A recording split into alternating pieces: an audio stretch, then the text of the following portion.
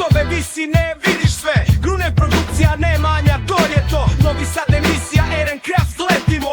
Svi znaju ime, iz grada do grada, ovde smo. Spusti beat, osjeti rime, to je hip hop, East Coast stil, osvajamo hiljade top. Zdravo, dobrodošli u emisiju Eren Crafts. Ja sam Nemanja Grujin.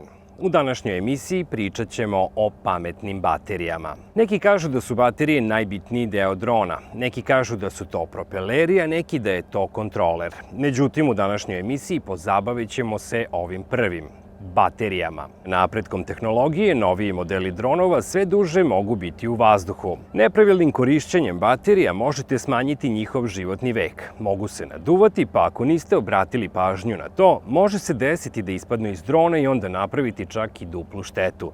A jedan od mogućih, ali i opasnijih scenarija je i da se mogu probušiti i zapaliti. Postoje regularne obične baterije i one pametne, odnosno inteligentne baterije. Baterije koje se nalaze u bespilotnim letelicama su te druge, pametne, odnosno inteligentne baterije i zato su mnogo skuplje u odnosu na obične.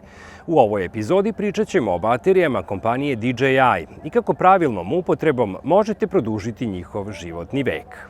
Te baterije posjeduju indikator napunjenosti. To su one LED lampice, a ono što ih zapravo čini pametnim jeste elektronika, odnosno senzor koji omogućava da se ne napune previše ili ne isprazne do samog kraja. I on je zadužen za to da ne dođe do veće štete. Ali o tome ćemo malo kasnije. Ako takve baterije ne koristite neko vreme, one će se isprazniti do određene mere i na taj način će se čuvati u storage modu. Pravilnim korišćenjem možete produžiti radni vek takvih baterija, a u ovoj emisiji saznaćete kako to i da uradite. Dve najvažnije stvari za pametne baterije su nivo napunjenosti baterije i temperatura. Ako ih zanemarite, drastično ćete im smanjiti vek trajanja. Prema informacijama koje sam pročitao na sajtu kompanije DJI, najveći procenat kvarova na baterijama dešava se ako su baterije napunjene između 90 i 100% i između 0 i 10%. Ako ih ne koristite, najbolje ih je držati na 50% kapaciteta. Tu dolazimo do tog senzora u inteligentnim baterijama. On smanjuje mogućnost oštećenja u baterijama, a najveći krivci su naravno obični korisnici. Pametne funkcije samo minimalizuju procenat oštećenja. Ovo je veoma bitno. Kada je baterija van punjača, logično je da će se vremenom prazniti, ali kada je ostavljena na svega 10%, praznit će se ka nuli. Na taj način se može oštetiti jer će se isprazniti preko preporučene donje granice. To dovodi do hemijske nestabilnosti unutar baterije, dekompozicije elektrolita, oštećenja ćelija ili do toga da se baterija naduva.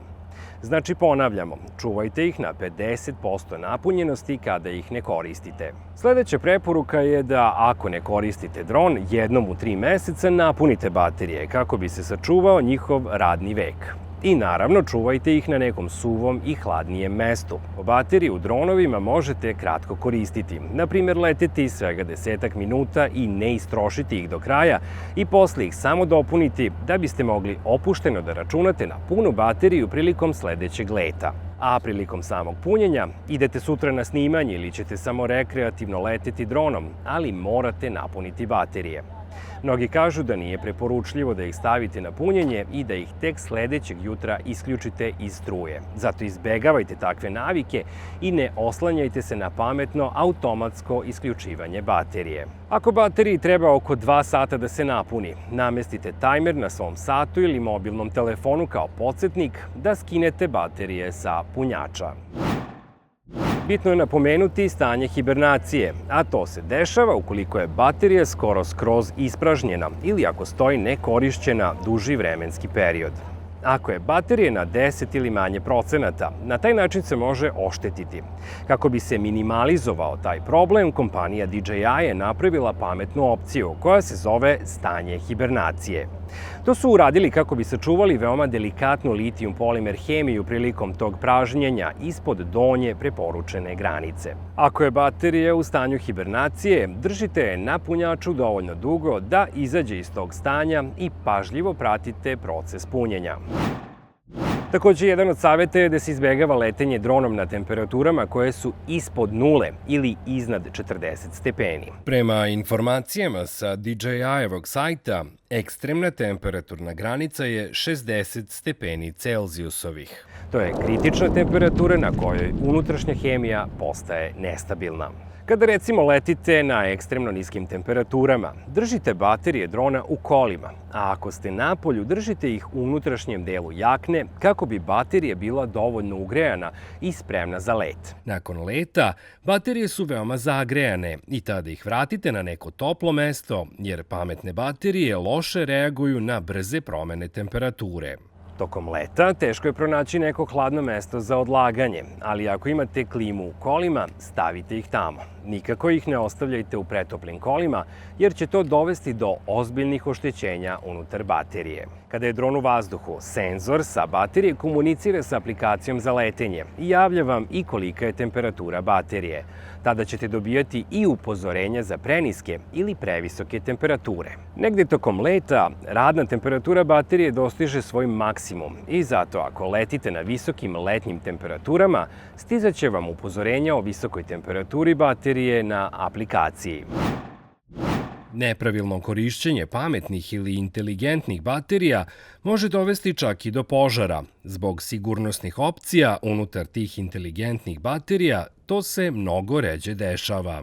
Ukratko, sve ovo što sam spomenuo, prekomerno punjenje, preterano pražnjenje, izlaganje velikim vrućinama ili fizička oštećenja mogu prouzrokovati požare koji dostižu visoke temperature do čak 1000 stepeni, praćene isparavanjem otrovnih gasova.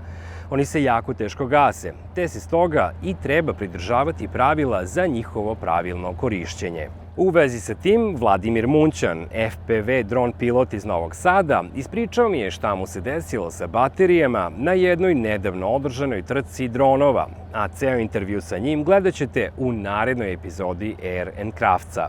Ju sad na trci mi se zapalila baterija prvi put za 6 godina. Nekako, pošto je... Sad neki vikend je bio. Da, pošto je ovo trkački dron, sa ovim se takmičim. Viš da skroz drugačije izgleda nego ovi ostali. Nije pravljen za snimanje, ne nosi kameru, nije pravljen za žilavost, nego je pravljen za brzinu i agilnost. I onda njemu baterija stoji sa donje strane. Ovako. Dok kod ovih ostalih dronova baterija ide od gore. Vidiš, nisam to znao. I sad ovo jeste isti tip drona kao ovaj. 5 inča propeleri, ista dimenzija, isto sve. Ali je ovaj pravljen za takmičenje, brzina i agilnost.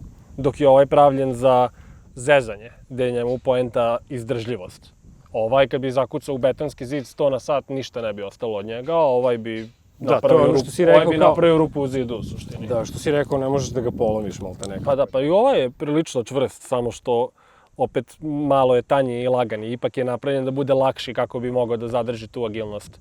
I šta mi se desilo? Da, oni zapravo ovako lete, ne lete kao ovi mini. Da, ovaj, viš kakav mu je ugao kamere, ovaj gleda u nebo, ovaj gleda malo dole, pošto ovaj mi je za lagano, ovaj mi je za tako neko ovako uglavnom leti, dok ovaj ovako uglavnom leti, ovaj je za pun gas. I šta mi se desilo, kako je kapija, valjda sam je zakačio pod uglom ili nešto, probušio sam jednu od ćelija, dron je pao na opačke ovako i čujem samo da neko viče vatra, dim, gori. I ostali trkači odmah su sleteli. Ja odmah, znao sam da je moj, pošto mi kamera posivela, znači dimčinu vidim. Ja skidam naočare, kontroler, trčim do drona, dolazim ovako i sreća, ova gornja ćelija je probušena bila. Dobro. I ona kako je gorela, tako mi je ovu kopču izgorela, tako da nisam morao da otkopčavam, nego sam samo uzeo, iščupao bateriju i ovako odmah bateriju bacim, dron sklonim, dronu ništa nije bilo. Ali ovako stoji baterija i gledamo nju kako dimi, gledamo kako gori, kao evo ga, sad moramo da sačekamo da ona izgori. I pošto ima 6 ćelija, prva je pukla i kako se to, dok ona izgori, onda krene sledeća i ona ovako stoji kao, još 5 evra. Sledeća ćelija zapali, još 5 evra, znači i čekaš da svih 6 ćelija izgori i da baterija skroz izgori, ne možeš ti da ugasiš litijumski požar nikako, samo je bitno da ga ne udišeš.